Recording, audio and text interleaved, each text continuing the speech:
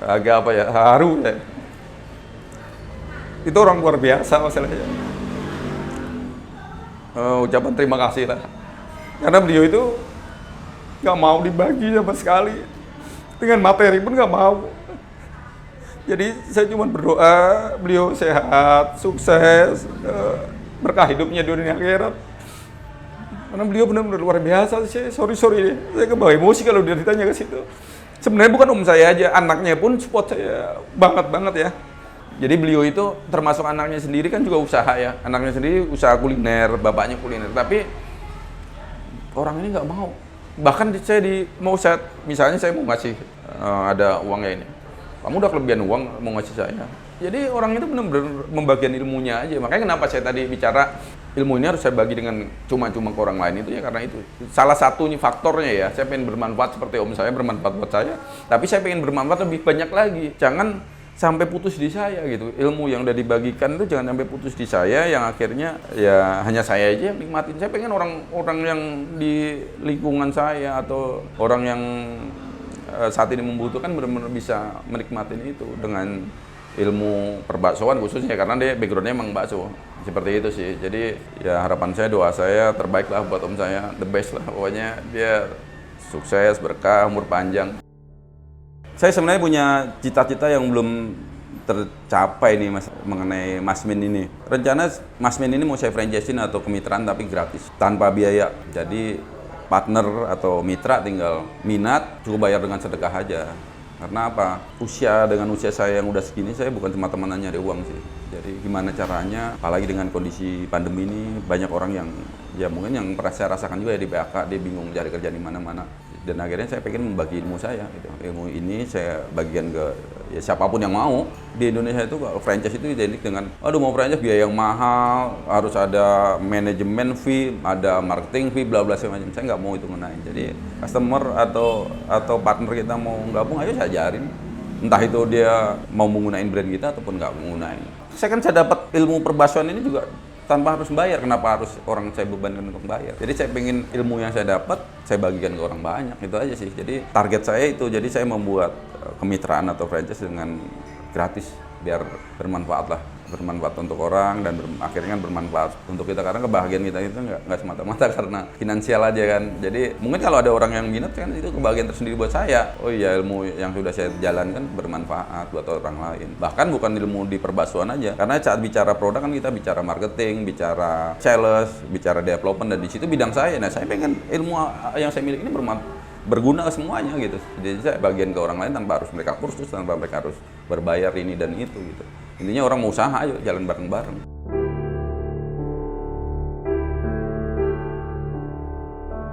Perkenalkan, nama saya Tardi Amru. Usaha kita di bidang kuliner yaitu Masmin, bakso dan mie ayam.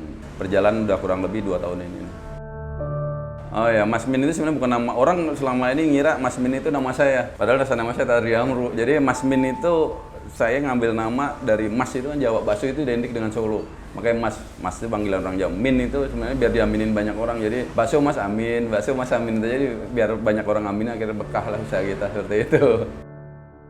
Sebelum usaha Masmin ini sebenarnya saya dulu karyawan profesional ya. Kebetulan di telekomunikasi, kebetulan saya sebagai direktur di situ. Makanya saya pas pandemi itu kena PHK ya. Kena PHK akhirnya saya kan juga nggak bisa diem seperti itu ya, akhirnya cari peluang lah. Peluang itu bahkan sebenarnya usaha kita di awal sebenarnya bukan malah bukan bakso. Jadi awal itu kita usaha dari rendang.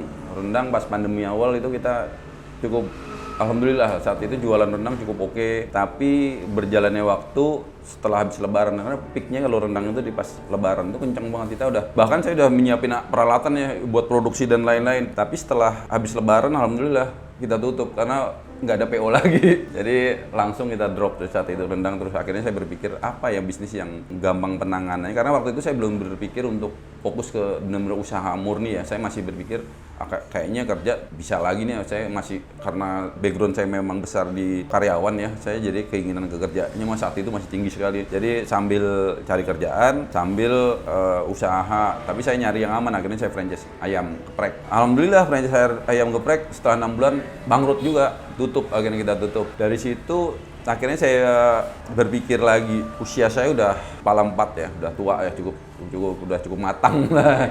Jadi udah kepala 4 lebih. Akhirnya saya berpikir kalau saya kerja dengan kondisi kayak gini kayaknya nggak mungkin. Akhirnya saya saat itu menenangkan diri, saya pulang ke kampung Solo. Itulah kalau Allah berkehendak. Jadi saat saya ke Solo itu ada orang menawarin bisnis tanpa mau dibayar. Emang ada hubungan saudara sih. Saya itu ngobrol mengenai saya kerja sebenarnya sekarang usaha apa. Saya bilang saya sekarang usaha ayam. Saat itu ayamnya masih jalan, ayam geprek, tapi kayaknya mau saya tutup om karena ini jalannya kurang maksimal. Akhirnya dia itu tanpa ini ngomong, kamu kenapa nggak belajar sama saya aja?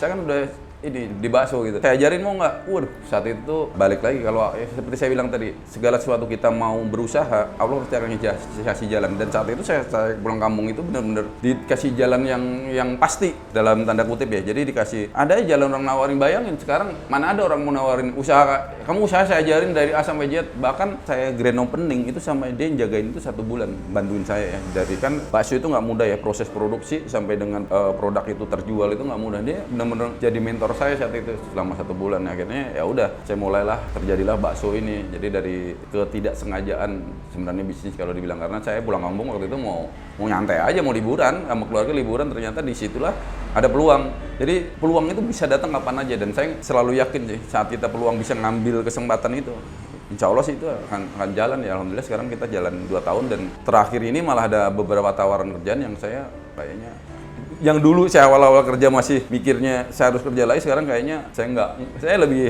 enjoy dengan jalanin bisnis yang saya jalanin, karena lebih banyak manfaatnya sih kalau kita memiliki usaha itu, manfaat buat diri kita pribadi ataupun manfaat orang lain. Apalagi dengan posisi pandemi saat ini, saya bisa memperkerjakan orang yang mungkin orang itu sedang membutuhkan. Saat ini banyak orang sedang membutuhkan kerjaan ya, dan karyawan saya kebetulan orang-orang yang background pekerjaan sebelumnya ya, ada yang dari PHK juga, ada yang dia nganggur, ya akhirnya ini ya bermanfaat untuk saya pribadi, bermanfaat untuk orang banyak sih. Jadi sayang gitu kalau apa yang udah saya perjuangkan selama 2 tahun ini akhirnya saya korbankan karena saya hanya mencari pekerjaan yang ujung-ujungnya juga sama aja. Saya lebih pengen bermanfaat lah. Sebenarnya dulu itu target awal saya saat pulang itu dulu sebenarnya saya kan orang tua saya masih lengkap ya alhamdulillah. Jadi saya nengokin orang tua aja. Berkahnya saat kita menyayangi orang tua di situ tuh. Tujuan saya nengokin orang tua, disitulah Allah buka peluang bisnis bakso ini. Dipertemukan dengan om saya yang backgroundnya memang udah di bakso, akhirnya mau ngajarin saya. Jadi bisnis itu bukan semata-mata karena kita hebat sebenarnya.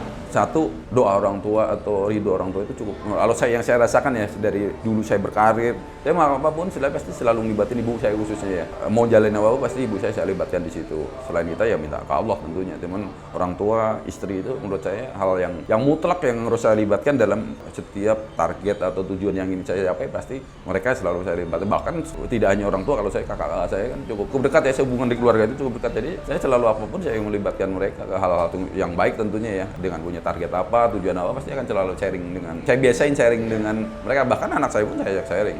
Biar kita enjoy menjalani bisnis itu enjoy, jadi nggak ada beban, waduh nanti istri kita marah dong ini. Saya nggak, dari awal udah saya buka. Kalau ditanyanya dulu, saya saat itu ngerasa Allah itu tidak adil, musibah menurut saya. Dulu ya pas karena udah pandemi, kena PHK, pendapatan hilang. Itu saya merasa Allah nggak adil, nih musibah buat saya. Cuman saya flashback lagi, sebelum di PHK, ini sorry saya bicara agak sedikit spiritual. Jadi 3 bulan sebelum di PHK itu saya sebenarnya umroh. Dan saat itu saya berdoa, ya Allah, masa saya jadi pekerja seterusnya, saya pengen jadi pengusaha ya Allah. Akhirnya 3 bulan berikutnya itu kan, walaupun di PHK dengan Allah kan ngasih jalan dengan ya sesuai yang terbaik menurut Allah, bukan terbaik menurut kita kan. Dan saat itu ngedrop saya, memang ngedrop saat awal itu. Cuman balik lagi, saat saya mau berusaha dengan ikhlas, dengan hal yang baik, nggak mungkin yang nggak terjadi. Ya itu saya buktikan dengan saya di PHK, saya tetap ikhtiar dan lain-lain. Akhirnya Allah ngasih jalan. Dari usaha saya awal yang saya bilang tadi rendang gagal. Nah, kalau bayangin udah di PHK usaha gagal, coba lagi ambil franchise gagal lagi. Cuman di situ udah menurut saya nggak mungkin saya manusia itu akan gagal seterusnya. Makanya kegagalan itu saya menurut saya itu suatu hal yang pengalaman tersendiri, yang itu ada pelajaran yang dipetik saat kita memang bisa menerimanya dan bisa melihatnya seperti itu sih. Jadi bukan semata-mata saat kita gagal di sini berarti tidak ada kesuksesan di jalur yang lain gitu. Jadi tadi PHK pun saya waktu itu cuman stresnya bukan stres yang gimana-gimana. Memang sebelum PHK itu kan saya juga udah ada keinginan usaha. Jadi bukan berarti saat di PHK itu saya benar-benar stres yang benar-benar membabi buta. Stres di situ saya berpikir untuk menjadi yang lebih baik lagi, berkarya yang bermanfaat untuk orang banyak ya. Jalan satu-satunya ya saat saya keluar dari zona nyaman ke zona, makanya kalau usaha itu bukan zona, saya bilangnya zona yang tidak nyaman karena tidak ada kepastian. Jadi ya saya mencoba ke hal ini, akhirnya ya berjalan alhamdulillah udah 2 tahun ini saya bisa menikmatin perjalanan PHK tadi sampai dengan saya sekarang menjadi tukang bakso.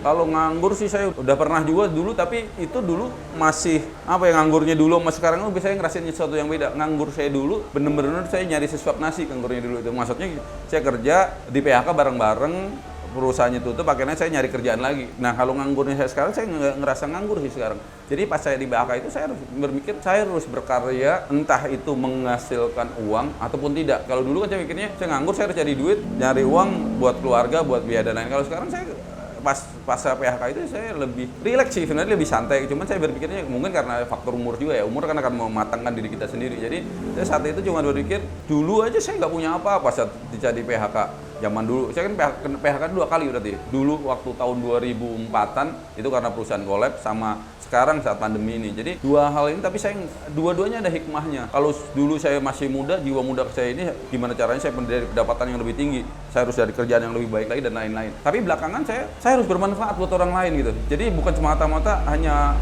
uang aja, bukan berarti saya nggak butuh uang, saya butuh uang karena biaya itu semua orang memerlukan itu. Tapi kondisi saat ini yang membuat saya kenapa harus menjalankan usaha ini ya, karena saya ingin bermanfaat lebih banyak buat orang banyak ya, khususnya saya masih punya orang tua, saudara, tetangga, family dan lain-lain. Ini tuh saya harus bermanfaat buat mereka. Nggak mungkin kita misalnya ya dulu awal-awal PHK itu biasanya saya kan dengan posisi yang udah tinggi, banyak orang nggak menyangka, dipikir saya dengan duduk manis saja udah nggak mau mulai dari nol lagi. Salah, karena semakin kita tinggi posisi harus kita selalu mikir malah kalau kita harus bermanfaat buat orang lain, dan setelah bermanfaat orang lain kita bisa di posisi atas lagi atau kita mulai dari nol lagi. Itu bukan hal yang tabu atau bukan hal yang buruk gitu. Bahkan kalau saya ngerasa hidup saya sekarang lebih baik dibanding dulu sih, lebih bermanfaat, lebih baik. Saya bisa menjalani hidup ini lebih merdeka.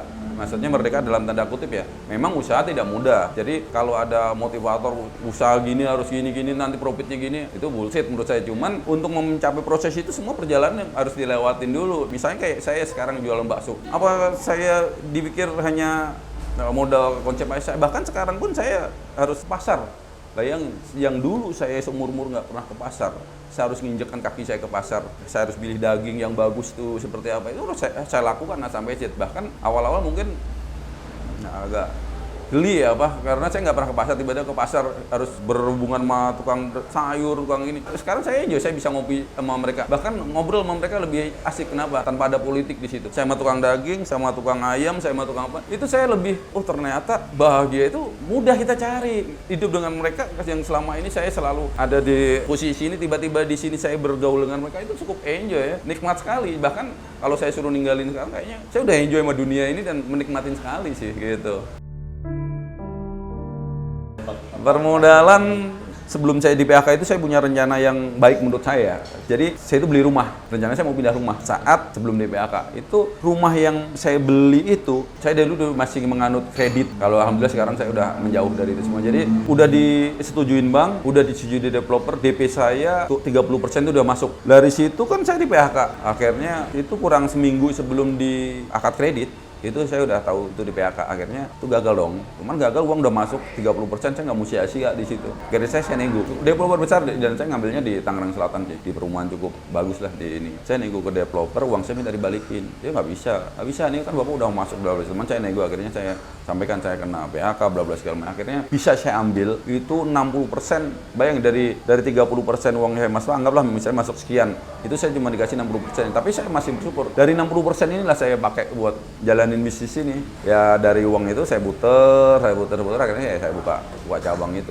Gitu. Jadi permodalan saya dari uang tabungan yang di developer. Saya bilangnya uang tabungan karena itu sebenarnya kan saya mau nempatin rumah baru tadi, cuman saya batalin, uangnya saya ambil, saya pakailah buat usaha ini gitu.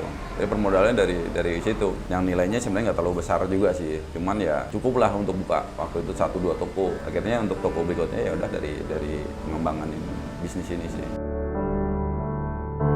sorry saya menganut sedikit ya mungkin nggak semua orang setuju, tapi saya menghindari dari yang namanya riba sih jujur. 1,5 tahun inilah saya benar-benar menghindari yang namanya riba, yang utang. Saya coba menghindari itu semuanya gitu, karena usaha saya harus bersih dari riba, dari utang. Saya bukan mau utang itu nggak baik, utang itu ya bagus-bagus aja selama kita mau tanggung jawab, kita tahu asalnya ya uang yang kita utang itu dari mana, terus cara membayarnya kita mana, itu sah-sah aja. Cuman sejauh ini sih saya lebih menghindari itu semuanya, bertolak belakang dengan keinginan pribadi lah.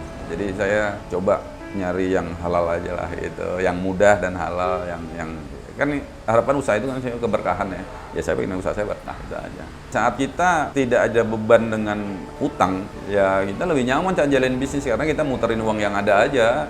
Yang saya puterin untuk menutupin operasional, gaji karyawan dan lain-lain. Saya memang menghindarkan yang namanya utang ya, utang ataupun riba dan lain-lain. Saya coba menjauh dari situ karena saya beberapa kali juga menambah ilmu ya, belajar sama orang yang lebih paham. Kalau dulu mah saya kayak gitu udah ya, apalagi saya pekerja profesional nggak ada kayak gitu. Makanya saya saat sebelum dia kabut saya kredit rumah dan lain-lain, bahkan nggak mikirin syariah dan nggak ada syariah. Makanya banyak hikmahnya lah saat kita ada sesuatu yang Allah berikan ke kita, baik itu kita suka atau tidak suka, itu kita harus bisa ngambil hikmahnya dari situ sih. Dan hikmahnya ya yang saya rasakan saat ini sih. Modal kalau satu tempat itu kurang lebih antara sewa, produk dan lain-lain itu 180-an lah. 180, tapi balik lagi kalau tempat itu kan baik lagi ke kita mau tempat seperti apa, luasnya berapa, itu pengaruh. Sebenarnya kalau kita mau lebih sederhanakan dengan modal 70 pun juga bisa. Balik lagi sebenarnya usaha itu mau kita buatnya konsepnya seperti apa. Saat kita dibikin resto atau mini resto ataupun kita mau bikin tradisional yang toko pada umumnya, ya itu modalnya kan makin kecil ya, tergantung di situ sebenarnya. Cuman kita kan saya memiliki bisnis itu ya, saya karena saya background saya di bisnis development, saya lebih mengedepankan konsep selain rasa ya. Karena itu udah umum sekali sih. Iya, kalau bakso pada umumnya awalnya sebenarnya bakso kita sama ya. Cuman belakangan ini saya pengen punya ciri khas sendiri. Bakso itu tidak hanya kuahnya gurih dan lain, makanya saya sekarang 1 bulan ini ada namanya bakso keling. Itu saya baksonya warnanya hitam, kuahnya tapi di situ juga ada pedas, rempah-rempahnya lebih berasa rempah-rempah seperti soto Padang ya. Cuman itu nggak murni soto Padang, unik sih rasanya. Dan peminatnya belakangan ini cukup bagus sih dengan inovasi kita dari bakso dan mie ayam pun kita ada namanya mie ayam pelangi, mie ayamnya warna-warni. Memang kalau bisnis kita harus bisa berinovasi sih, nggak bisa kita misalnya kayak saya dulu dikasih ilmu perbaksoan seperti ini, ya itu hanya sebagai patokan aja. Cuman selebihnya saya jujur bukan orang yang bisa diem, jadi saya suka iseng kotak-atik segala sesuatu itu, entah itu dulu di pekerjaan atau sekarang hubungannya sama makanan, jadi saya harus ngotak-atik makanan itu dari nggak suka jadi hobi. Paksakan kita memperbaiki hubungan dengan yang di atas. Paksakan diri kita lebih baik lah, berbuat lebih baik. Khusus untuk pribadi ya, kita bisa lebih baik. Ketiga, paksakan bermanfaat untuk orang lain. Karena suatu hal yang baik, kalau suatu hal yang negatif itu mudah. Nggak dipaksa aja, katanya setan itu udah membisikkan kita. Tapi sesuatu yang baik itu, saya ngerasain sekali, nggak mudah sekali. Jadi harus dipaksakan. Hal yang baik harus kita paksakan. Kita kalau mau usaha, contohnya buka usaha, ya harus paksakan dari diri kita. Karena kita itu kan selalu ada di zona nyaman. Paksakan kita keluar dari zona yang biasa kita, karena manusia itu kan udah terbentuk dari karakter ya, karakter lingkungan itu yang membentuk. Jadi saat kita ada sesuatu yang beda, belum tentu jiwa kita atau diri kita itu bisa menerima. Jadi kalau mau sukses ya paksakan kita keluar dari zona yang menurut kita zona nyaman, entah itu di mana zona yang kita jalanin saat ini ya. Kita harus memaksakan keluar dari situ. Yang paling utama saat membuka usaha, jangan semata-mata hanya profit yang dicari, tapi manfaatnya. Dan buat apa kalau begitu usaha cuma profit doang? Ya kita belum tentu bahagia. Kalau saya lebih ke manfaatnya buat orang lain. Terus dengan usaha ini kita bisa memperbaiki diri nggak? Khususnya ya hubungan dengan yang di atas. Usaha itu nggak luput dari 100% malah. Itu adalah campur tangan Allah menurut saya. Jadi saya harus memaksakan hubungan saya dengan Allah yang lebih baik. Dari sisi ibadah, dari sisi yang lain. Hubungan dengan pribadi, ya kita ya harus mau merubah diri ke hal yang lebih baik tentunya. Mas Min Solo Bakso dan Mie Ayam ini mungkin Kalau bicara bakso, bicara mie ayam sama ya. Tapi apa sih sesuatu yang beda dari kita? Variannya cukup banyak. Jadi seperti bakso keling yang tidak semua kompetitor kita ada. Ada kuah keling yang tidak semua kompetitor kita ada. Jadi banyak yang bisa dinikmatin di kita dengan varian-varian tadi yang berbeda. Dan yang pasti kita punya konseptor beda juga. Kita mengedepankan kenyamanan, mengedepankan kebersihan, terus pelayanan. Kita nggak hanya jualan bakso pada umumnya. Jadi kita benar-benar bagaimana anak-anak saya didik untuk, saya pengen karyawan saya, rata-rata kan pendidikannya SD, SMP. Jadi saya pengen ngedidik mereka itu berpikir yang maju. Boleh kita tokonya di pinggir jalan, tapi kalau pelayanan kayak hotel kan kita bagus. Jadi saya akan mengarahnya lebih ke pelayanan, selain rasa, pelayanan ke customer, dan juga benefit-benefit yang customer dapatkan yang nggak didapat di tempat lain, seperti itu sih. Cabang kita sekarang yang cabang pertama itu ada di Pamulang, Jalan Benda 11 ya, di Pamulang. Itu dari Wali Kota Tangerang Selatan kurang lebih 1 kilo. Cabang kedua ada di Pondok Petir. Pondok Petir masuk Sawangan, itu perbatasan antara Pamulang dan Sawangan. Cabang ketiga, ini cabang ketiga ini di Victor, di perempatan Victor. Cabang keempat ada di Reni Jaya, masih di Pamulang juga.